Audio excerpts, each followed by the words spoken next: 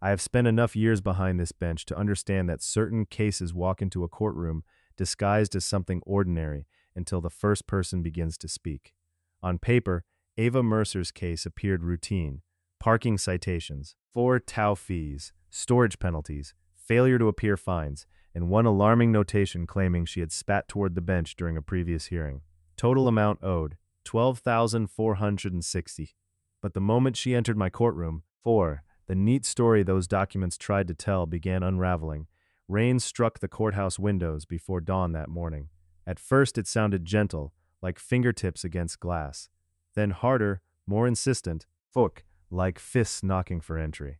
I was already seated in chambers wearing my robe, holding a file thick enough to bow under its own weight.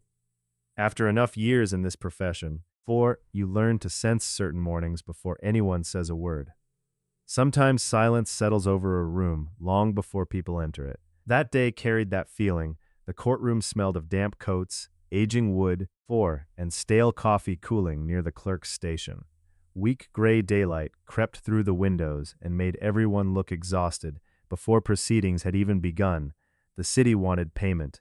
That is almost always how these matters begin. 4 figures, balances, penalties, 3 unpaid parking violations, towing costs, impound fees, missed court appearances, administrative charges, and finally the line meant to shut down sympathy before it could begin: assault on the bench. That was the wording. The city was not simply attempting to recover money from Ava Mercer. It was trying to define her as dangerous. I noticed the last name before I looked at the total.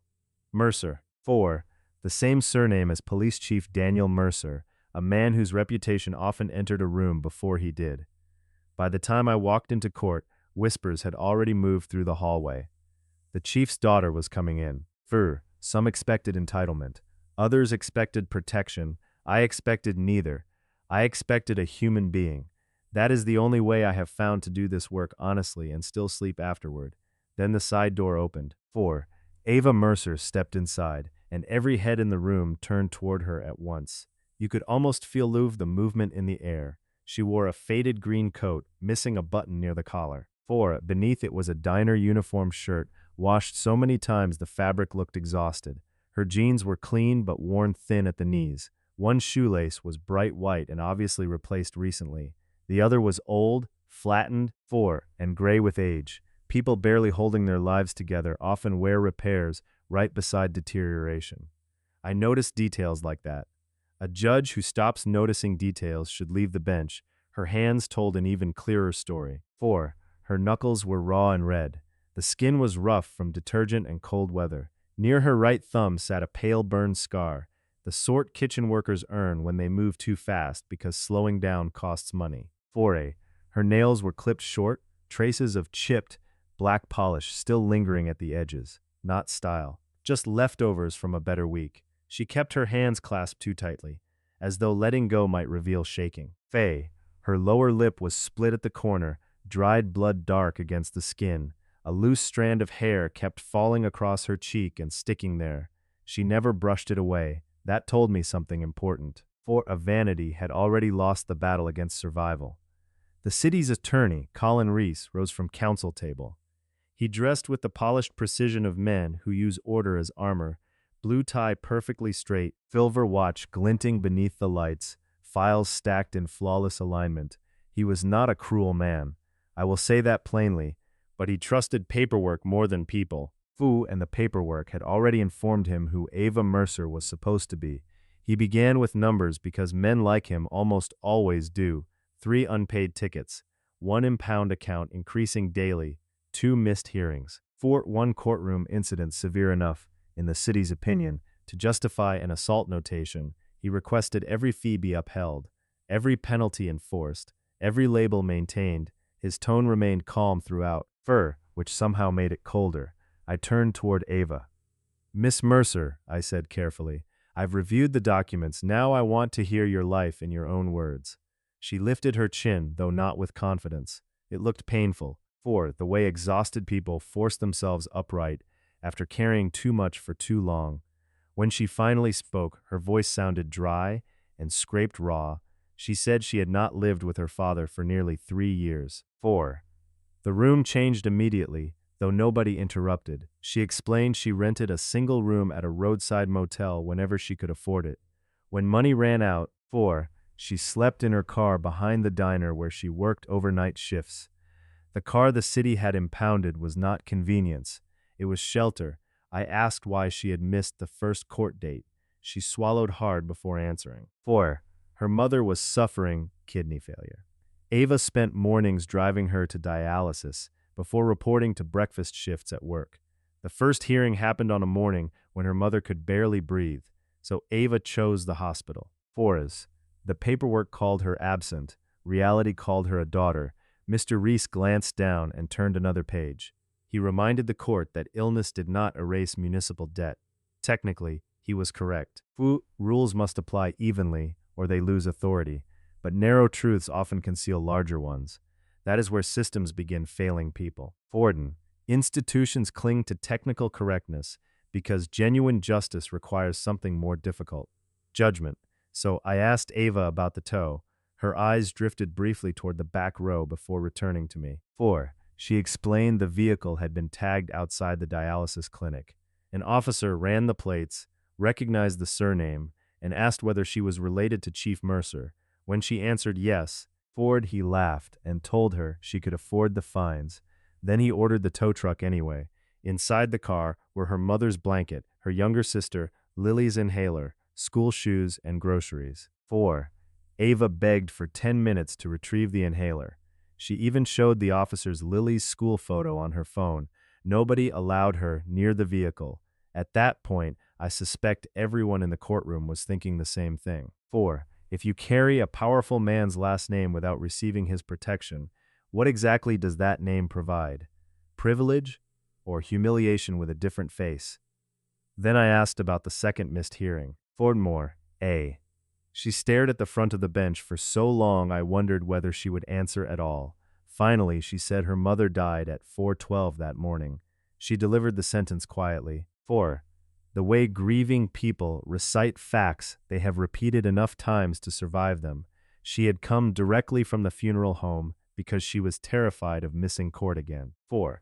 She was still wearing the same shirt from signing paperwork after her mother's death. When people imagine emotional collapse, they imagine noise. Screaming, chaos, falling apart. Most real collapses begin in silence. 4. Ava became very still. Mr. Reese asked whether grief excused threatening conduct in court. She tried to respond, but the words caught inside her throat. Then she touched 2 fingers to her split lip. When she lowered her hand, I saw fresh blood before the room exploded. She said one final thing. She said her father never came to the hospital. He never came to the funeral home. Instead, he sent a patrol sergeant carrying flowers and a printed sympathy card. 4. Then she laughed once. But it was not laughter. It sounded like something cracking deep inside a locked place. She raised her face toward me, trying to speak through blood and grief. And a thin spray of red and spit struck the wooden rail below my bench. Everything afterward happened in seconds. A chair scraped violently across the floor. A bailiff rushed forward. Someone shouted. She spat at the judge. 4 arms were yanked behind her back. So quickly her shoulders slammed into counsel table. Mr. Reese stepped away. The clerk froze with one hand over her mouth. By the time I stood, handcuffs were already secured around Ava's wrists. 4. I raised my hand. Remove the cuffs. Nobody moved. I repeated it more slowly. Take them off. My bailiff looked at me, then at the stain beneath the bench. Judge, she spat at you. I looked down carefully. Most of what I saw was blood. Mr. Reese began objecting immediately. He argued the bench had been struck. He insisted officers acted appropriately to secure the room. He claimed intent could reasonably be inferred. In other words, 4. He wanted me to assume motive instead of examining facts. I told him assumptions have no place where evidence exists. Then I ordered the hallway surveillance footage, the courtroom camera recording, 4A, and the intake photographs from booking. While the clerk retrieved them, I asked Ava a simple question. Did anyone offer you water this morning?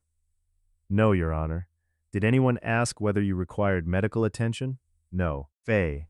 Did anyone document your split lip before the incident? Again, no. That silence spread farther through the courtroom than any argument could have. 4A. An entire room of adults suddenly realized a visibly injured young woman had passed through multiple layers of public systems without anyone stopping long enough to recognize a person before documenting a problem. First video appeared above the jury box. No audio. Just timestamps. Ava stood near the metal detector, shoulders curved inward, arms folded around herself. She touched her mouth, bent forward slightly, then raised one finger politely, asking for a moment. Nobody responded. The second recording showed the courtroom from the side angle. Mr. Reese was speaking. Ava pressed a napkin against her lip. Foy. The instant he mentioned threatening conduct, she flinched before he even finished the sentence. Then she tried to answer. Her body folded on the first word. She coughed blood and saliva downward while turning her head away. Four. The spray struck the rail. Not me, not once. Then the intake photo appeared. It had been taken 3 minutes after the arrest. Her lip was split wider now. One tooth had cut through the inside of her mouth. 4. A blood stained her sleeve where she had tried covering her face. The booking officer had documented visible injury. That detail somehow disappeared from the city's official summary. I turned toward Mr. Reese. Faye, why was the injury omitted? No answer. Why does the report claim she spat at the judge when the footage shows blood from a fresh wound? Silence. Why was her request for a pause ignored in the hallway? His jaw tightened. Faye, for the first time all morning, he had no orderly stack of prepared language waiting for him. Finally, he said, courtrooms depend on order. He said officers cannot stop during active disruptions to determine intent. Faye, he said rules exist to protect everyone present. Agan, technically, he was not wrong. I told him so. Then I said, order without judgment is merely speed. 4. And speed is how injustice gets packaged neatly and pushed out the door before anyone notices. I reminded the room that the law is a tool. Tools are only as honest as the people using them. If a hammer strikes the wrong board, Fern, I said, we do not congratulate the hammer. We correct the aim. This young woman entered my courtroom carrying debt, grief, exhaustion, and blood in her mouth. The system looked at the damage and labeled it danger. Faye, that was not discipline. That was cowardice dressed in procedure. The room became so still, I could hear the heating vent click inside the wall. Ava stood there with her hands finally free, though she still held them close to herself. 4. As if she had not fully realized the handcuffs were gone, Mr. Reese lowered his gaze toward the table and made one final argument. If the court softens here, he said, others may believe emotion erases rules. I answered him plainly. 4. Tears erase nothing. Truth changes everything. Then I reached for my gavel. People believe judgments begin with the strike. They do not. 4. They begin in the breath before it, the moment when everyone in the room understands something irreversible is about to happen. I looked at Ava Mercer, then the city's table, then the stain beneath my bench. 4. And I delivered the ruling one sentence at a time. The assault charge is dismissed. Gavel. The emergency arrest conducted in this courtroom is vacated. Gavel. All fees connected to the impound period during her mother's final medical treatment are removed. Gavel. All failure to appear penalties are dismissed. Gavel. All storage fees beyond the first day are vacated. Gavel. 4. The remaining parking balance is reduced to an amount this court considers realistic and payable. $120. No added penalties. No interest. Gavel. Ava did not break down the way people expect. She blinked once. Full. Hard. Then something in her jaw loosened, as though a knot buried deep inside her had finally released. Her fingers touched the edge of the table, not gripping it, simply testing whether the moment was real. 4. Her shoulders lowered perhaps an inch. That inch said more than tears ever could. She tried to thank me, but no words emerged. Instead, she nodded carefully, formally, almost cautiously. Faye. The kind of nod people give when fairness feels unfamiliar enough to frighten them. Then I did something judges ought to do more often. I asked the clerk to bring water specifically for Ava. When the paper cup reached her hands, she held it like warmth itself. I asked whether Lily had an inhaler now. Yes, she whispered. A nurse from the clinic had delivered one to the motel the previous night. Then I opened the side drawer of the bench and removed a card. Faye, not money, not theater, just a plain contact card for the court's family support office. On the back I had written one name, Denise. I explained that Denise helped families locate emergency housing, grief counseling, and school resources for children. I told Ava to call immediately, not later, not after things worsened. Sometimes dignity begins simply by knowing which door to knock on. Then a voice spoke from the back row, Rosa Flores, Faye, the manager of the diner near the bus station. I recognized her face before learning her name. She asked permission to address the court. I allowed it. She said Ava had worked double shifts for months without complaint. Foy, she said. The girl packed leftover toast for her little sister before school and kept spelling words tucked into her apron pocket so she could quiz Lily between wiping tables. 4. Then Rosa looked directly toward the city's table and delivered the sentence the room needed to hear. This child isn't surviving because of a badge. She's surviving despite one. That landed exactly where it belonged. 2 weeks later, the footage leaked, not the rumor, the full recording, the hallway moment, the blood-stained napkin, the turn of her head, the rail catching the spray. By noon, every local station was running it. By evening, the story had spread beyond the county. Then the letters began arriving. Gift cards for groceries, small checks, apartment leads. One retired dentist offered to repair Ava's damaged tooth for free. 4. A landlord waived the deposit on an apartment near Lily's school. Churches mailed grocery vouchers. The diner placed a donation jar near the register. A mechanic repaired the car for cost of parts only. Even the funeral home refunded half the service expense. Within 2 weeks, more than $4,000 in assistance had appeared. Not enough to erase loss, enough to alter survival. Sometimes that difference matters more than people realize. 6 months later, Ava returned to my courtroom, not as a defendant. She sat quietly in the back until the docket ended. She wore a navy coat with both buttons intact. Her shoes matched now. Her hair was brushed neatly behind her ears. The scar on her lip remained, though it no longer looked isolated somehow. Beside her sat Lily in a yellow cardigan, proudly holding a library book against her chest. When I asked about school, Lily informed me she had read 12 books that month. Then she proudly showed me the inhaler tucked safely inside her backpack. Ava explained they had moved into a small 2-room apartment above a florist shop. Rosa had helped secure daytime shifts. Denise arranged grief counseling and after-school care. The dentist repaired her tooth. A community fund covered 1 semester of evening classes. She was studying medical billing because, as she put it, stable sounded beautiful. I understood that sentence completely. Then she removed a folded paper from her bag. Lily's spelling test. Every answer correct. Across the top, written in uneven pencil, were the words, Ava help me. That sheet of paper carried more truth than half the evidence files I review in a month. The letters continued arriving long afterward. Some were brief, written carefully by people who did not trust themselves with many words. A grandmother from New Haven mailed $20 and wrote that her own daughter once stood trembling in traffic court while nobody bothered looking up long enough to notice. A civics class from Hartford sent a card signed by 31 students after their teacher showed them the footage and asked what public service should mean. A dialysis nurse wrote that she remembered Ava and her mother clearly. The mother apologized constantly for being a burden.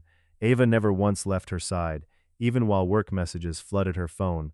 The clerk's office stacked those envelopes beside the printer until the tray overflowed. One morning my clerk asked whether I wanted the letters forwarded to Ava directly. I said yes. But first I read them. Public reaction reveals what a community is hungry to hear. Again and again, those letters repeated the same truth in different handwriting. People recognized themselves in her. Not the police chief's daughter, the daughter missing court because she was busy being a daughter. The sister carrying an inhaler for a child. The exhausted worker trying to keep a roof over 2 heads while caring for a dying parent. People understood instinctively what the paperwork failed to see. She was not manipulating the system. She was drowning while still trying to row. The city eventually released a formal statement expressing regret for the misunderstanding and promising procedural review while balancing compassion with enforcement. I have read enough statements like that to know their purpose. Smoothed the edges, accountability with carefully managed atmosphere. I sent word through administration that atmosphere did not interest me.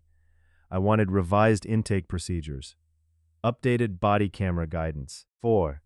Written instructions requiring visible injuries to be documented before escalation. If damaged facts are going to arrive in my courtroom for correction, then the institutions delivering those facts had better learn something. 4. I thought about Chief Mercer as well, though not kindly.